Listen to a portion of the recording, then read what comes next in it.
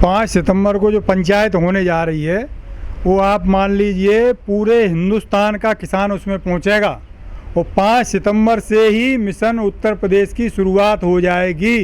BJP वाले कान खोल के सुन लें, अब किसान उनके भरमाने में नहीं आने वाला।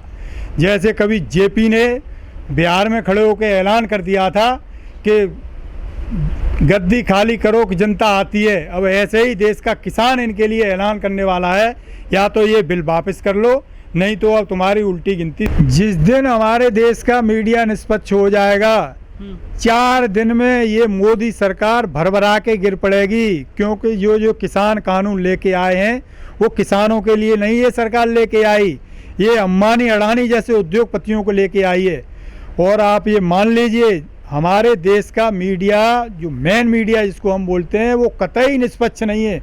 यदि वो ठीक से निष्पक्ष हो जाए, और हम ये दावे के साथ कहते हैं वो केवल 1 हफ्ते के लिए, जितना अन्ना आंदोलन के समय निष्पक्ष था, एक हफ्ते के लिए निष्पक्ष हो जाए, ये बीजेपी सरकार अपने आप धर्मरा के गिर पड़ेगी धरती पे। अभी रिसेंटली इंडिया टुडे का एक सर्वे आया है, जिसमें पहले उनकी 67% लोग उनको पसंद कर रहे थे देश के प्रधानमंत्री के रूप में मोदी जी को, आज वो 24% पे रह गया है। तो इनका ग्राफ तो एकदम नीचे की तरफ डाउन हो रहा है, इसमें कोई संदेह नहीं है, और ये इनको पता भी लग गया है। इसलिए ये देश को, किसानों को अब आपस में बांटने की फिराक में लगे हुए हैं कि किस तरीके से इनको बांट दिया जाए।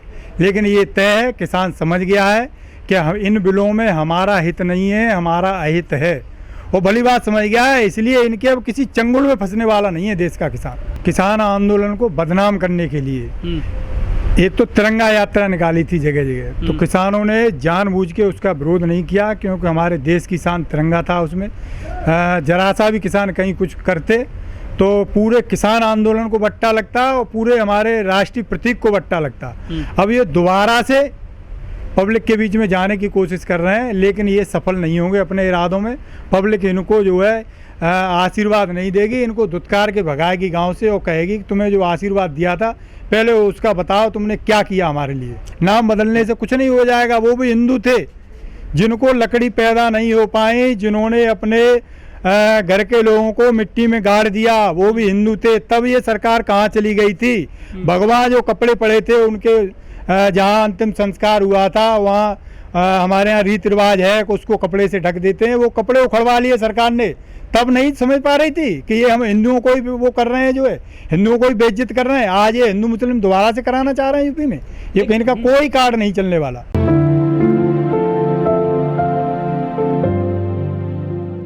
मोदी सरकार किसानों के धैर्य की परीक्षा ले रही है। वो सोच रही है कि इनको थका देंगे, हरा देंगे, लेकिन वो ये जान लें ये हिंदुस्तान का किसान है, ये इसमें बहुत धैर्य है, बहुत पेशेंस है। जब ये फसल 6 महीने की लेता है और वो फसल खराब हो जाती है तो फिर अगली फसल की तैयारी कर देता है, तो इतनी जल्दी थकने वाला नहीं है देश का किसान। कुछ लोग कहते हैं कि किसान जो सड़क पर बैठे हैं ना, ये किसी को उठाकर उठेंगे अब। नहीं, ये या तो सरकार मान ले और यह सरकार नहीं मानेगी तो इस सरकार को ही उठा देंगे यहाँ से।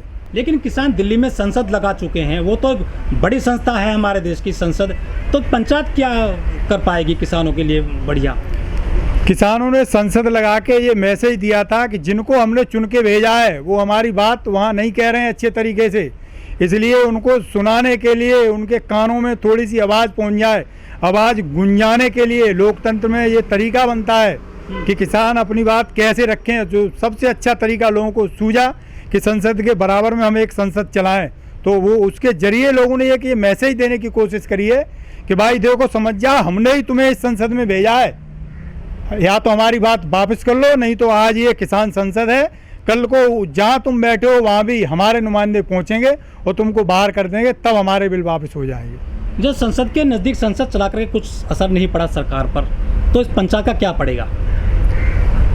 ये सरकार केवल और केवल वोट की भाषा समझ रही है, ये किसान भी समझ गया है। तो अब इनको वोट की चोट दी जाएगी। उसकी स्टार्टिंग करी थी बंगाल से, जो वहाँ ममता दीदी के यहाँ थोड़ी सी इनको झलक दिखाई दे दी, अब उसका टेलर वहाँ से शुरू हो गया है। अब ये मान लीजिए दूसरा टेलर जो है किसान सिसौली में दिखाएंगे, यदि उससे ये मान गए तो ठीक है, नहीं इनकी उल्टी गिनती शुरू है। लेकिन जो योगी मोदी सरकार है किसानों के लिए वो काफ़ी काम भी कर रहे हैं। वो अपना उनको जो किसान निधि है उसमें भी पैसा दिया जा रहा है किसानों को, 2000 रुपये जो आती है, किस्त आती है। इसके अलावा जो मज़दूर हैं उनको 5 किलो अनाज भी दे रही है प्रति व्यक्ति, और झोला भी छाप दिया गया है मोदी सरकार के द्वारा, योगी सरकार के द्वारा। उस झोले में जो है 95 रुपये का लगभग गेहूँ है और 140 रुपये की झोले की छपाई है। लोग मुफ्त में आज अनाज ले रहे हैं, तो सरकार के गुण गा रहे हैं। वो तो सरकार को कैसे पीछे हटा पाएगी किसानों की जो आंदोलन है ये? सरकार कुछ नहीं कर रही। सरकार तो किसानों से सस्ते में अनाज ले लेती है, वही अनाज लौटा के गाँव में वापस कर रही है।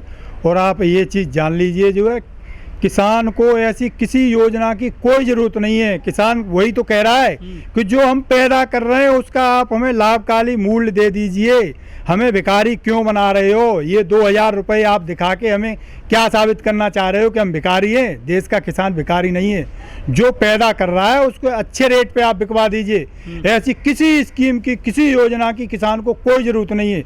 2000 नहीं, 4000 रुपये जो है हर तिमाही पे किसान सरकार को दान में दे दिया करेगा। ये किसान अपना जो बात कह रहा है उसको सरकार सुन ले, किसी मुगालते में न रहे सरकार अब ये। लेकिन जिस तरह से जो सिसोली में घटना घटी थी एक विधायक के साथ में, जो बीजेपी के विधायक गांव में गए थे, उनके साथ में जो है काला तेल डाल दिया उनकी गाड़ी पे, गाड़ी तोड़ दी पुलिसकर्मियों की मौजूदगी में, तो किसान, क्या आपको लगता है कि शांतिपूर्वक वो पंचायत हो पाएगी जो बड़े पैमाने पर होने जा रही है उत्तर प्रदेश में? बीजेपी का चेहरा और चरित्र ऐसा ही रहा है कि वो दंगे फसाद कराती रही है। तो ये जानबूझ के इन्होंने किसानों को उकसाया और इतनी बड़ी घटना को अंजाम दिलवाया। क्या लग रहा है, कुछ आशंका है आपको, कुछ अप्रिय घटना हो सकती है पंचायत को लेकर के गांव के आसपास या इलाके में पूरे में? लोग अब सतर्क हो गए हैं, तो ऐसी कोई घटना नहीं घटेगी। किसान पूरी तरीके से समझ गए हैं कि ये किसी घटना को अंजाम दे सकते हैं, तो पहले से लोग मेंटली प्रिपेयर्ड हैं। अब ऐसी कोई घटना नहीं घटेगी। उत्तर प्रदेश में योगी जी जो है नाम बदले जा रहे हैं, जिलों के नाम बदल रहे हैं, जैसे कि अलीगढ़ का बदल दिया है, हरिगढ़ कर दिया है। ये कुछ नया तो कर नहीं पा रहे हैं, तो पहले से जो हो रहा है उसी में जो है वो कहते हैं ना कि रैपर बदल दे रहे हैं, तो ये केवल रैपर बदल दे रहे हैं। और रैपर बदल के ये सोच रहे हैं जो है कि दोबारा से हम पोलराइजेशन कर लें, तो पोलराइजेशन नहीं होने वाला है यूपी में। यूपी का किसान अब किसान बन गया है, वो न किसी जाति में बटेगा न हिंदू मुस्लिम में बटेगा। तो इनकी ये कोशिश भी अब नाकाम हो जाएगी 100%। लेकिन कुछ लोग तो हाथों हाथ ले रहे हैं इन खबरों को कि बढ़िया हो गया, मुस्लिम नाम थे हमारे देश में, इन जिलों के, इन स्थानों के, तो वो तो कह रहे हैं कि बढ़िया हिंदू मजबूत हो रहा है अब तो। नहीं, केवल कहने से हिंदू मजबूत नहीं हो रहा है। पीछे कोरोना काल में इतने लोगों की मृत्यु हुई कि लोग ईंधन नहीं जुटा पाए, जो है ठीक से हिंदू रीति रिवाज के हिसाब से क्रियाकर्म नहीं कर पाए, तो इनकी बातों में कैसे मान जाएंगे? जो अभी जरा 2 महीने पहले की तो ये घटना है, लोगों की आंखों से वो ओझल नहीं हो जाएगी।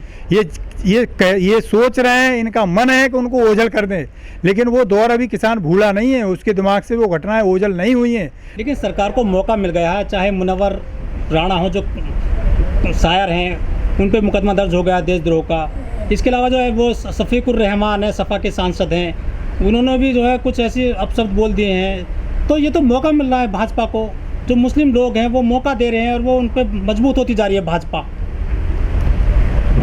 अफगानिस्तान की घटना को घटे कई दिन हो गए, भारत सरकार आज तक अपना रुख क्यों नहीं स्पष्ट कर रही है कि वो मान्यता देगी कि नहीं देगी? ऐसे नेताओं का अपना निजी वक्तव्य होगा, जो है ये भारत सरकार को तो पहले अपना वक्तव्य क्लियर करना चाहिए कि वो किसके साथ में खड़ी है अफगानिस्तान में। लेकिन जो मुस्लिम जो लोग हैं, जो जिन पे एफआईआर हुई हैं उत्तर प्रदेश में, चाहे मुनव्वर राणा हो, चाहे शफीकुर रहमान हो, चाहे और हों, ये क्या चाहते हैं? ऐसा बयान क्यों देते हैं ये लोग? ये सरकार जो ट्रैप बनाती है, ये कुछ लोग हैं जो नहीं समझ पाते, उन्हीं की ट्रैप में जाके फंस जाते हैं। तो उन्हीं में से कुछ लोगों ने जो कुछ कह दिया है, उन्हीं की बातों को घुमा फिरा के जो है अपने एजेंडे के हिसाब से जो है पेश कर दे रहे हैं पब्लिक के सामने। अधिकांश जो मुस्लिम है हमारे देश के, जो हमने तक देखा है, सुना है उनकी ज़ुबान से या उनकी बॉडी लैंग्वेज से, वो ये कहते हैं कि तालिबानी राज आ गया है अफ़गानिस्तान में, ये बढ़िया हुआ है, और वहाँ से जो विदेशी ताकतें भाग गई हैं, उन्होंने अपने देश में स्वतंत्रता प्राप्त कर ली है। तालिबान को अच्छा बताते हैं यहाँ के मुसलमान जो हिंदुस्तान के हैं। देश के मुसलमानों को ये सोचना चाहिए कि यदि हम अपने यहाँ कट्टरता का विरोध कर रहे हैं, तो जो विदेशों में कट्टरता हो रही है उसका भी हमें विरोध करना चाहिए, और खुलेआम करना चाहिए, डंके की चोट पर करना चाहिए। यदि हिंदू धर्म की कट्टरता बुरी है तो हम कहते हैं कि मुस्लिम धर्म में भी कट्टरता बुरी है, इसमें कोई दो राय नहीं है जो है कि वो कट्टरपंथी हैं, तो उनका खुले शब्दों में उनको नकारना चाहिए, उन्हें कतई स्वीकारता नहीं देनी चाहिए। तो देश के में जो बुद्धिजीवी हैं उनसे हम ये अनुरोध करेंगे कि इस तरीके का माहौल हिंदुस्तान में पैदा न होने दें कि वो वहाँ के कट्टरपंथियों का समर्थन करें। जो अफगानिस्तान में पूरी तालिबानी जो सियासत शुरू हो गई है, अब कब्जा कर लिया है पूरी सत्ता पर, पूरे अफगानिस्तान पर, इसका जो प्रॉफिट क्या भारत को मिल सकता है? यहाँ जो राजनीतिक पार्टियाँ किसको मिलेगा यहाँ पे, क्या लगता है आपको? वो अफगानिस्तान का मामला है, भारत की कोई भारत और अफगानिस्तान में तो इलेक्शन होने जा नहीं रहा है, इलेक्शन होने जा रहा है यूपी में। तो यूपी के लोग अपना फायदा नुकसान देखेंगे या अफगानिस्तान और पाकिस्तान क्या कर रहा है उनका देखेंगे जो है। लेकिन यहाँ की जो आवाम है, यहाँ की जो मीडिया है, वो अपने देश की समस्याओं से ज़्यादा पाकिस्तान की समस्याओं से ज़्यादा प्यार करती है। चाहे आलू हो, प्याज हो, आटा हो, चीनी हो, तेल हो, महंगाई हो, वो अपने यहाँ की समस्या नहीं दिखाता यहाँ का मीडिया। पाकिस्तान की दिखाएगा, अफगानिस्तान की ज़्यादा दिखाएगा। कितना प्रभावित करेगी यहाँ वहाँ की समस्याएं भारत को? मीडिया को तो एक क्या कहना चाहिए, शॉर्ट टर्म जो है एक एजेंडा मिल गया है, तो सारी समस्याएं जैसे हिंदुस्तानी खत्म हो गई हो, पूरा फोकस उन्होंने अफगानिस्तान पर कर लिया है। ठीक है भाई, वो एक अंतर्राष्ट्रीय घटना घटी है, उसको एक उसकी तरह देखा जाए कि वर्ल्ड में एक कोई घटना घट गई है, लेकिन हम देख रहे हैं पिछले कई दिन से हमारे सारे चैनल, सारा मीडिया देश का वही फोकस कर दिया है जो है। तो ये ऐसा होना नहीं चाहिए। देश की में बहुत सारी समस्याएं हैं, उन पर भी ध्यान देना चाहिए देश की मीडिया को। हमारे यहाँ अभी नज़दीक में ही कासगंज है, उसमें एक बहुत बड़ी घटना घटी है कि एक दलित को बुरी तरह से एक सामंतवादी सोच के लोगों ने पीटा है, मारा है उनको। वो घटना ऐसे भुला दी गई है जैसे हमारे यहाँ हुई नहीं है, जबकि वास्तविकता ये है कि वहाँ हमारे यहाँ भी कुछ तालिबानी सोच के लोग हैं, उन्होंने उस घटना को अंजाम दिया है। तो देश का मीडिया अपने यहाँ की तो नहीं दिखा रहा है, तालिबान चिल्ला रहा है गला फाड़ फाड़ के।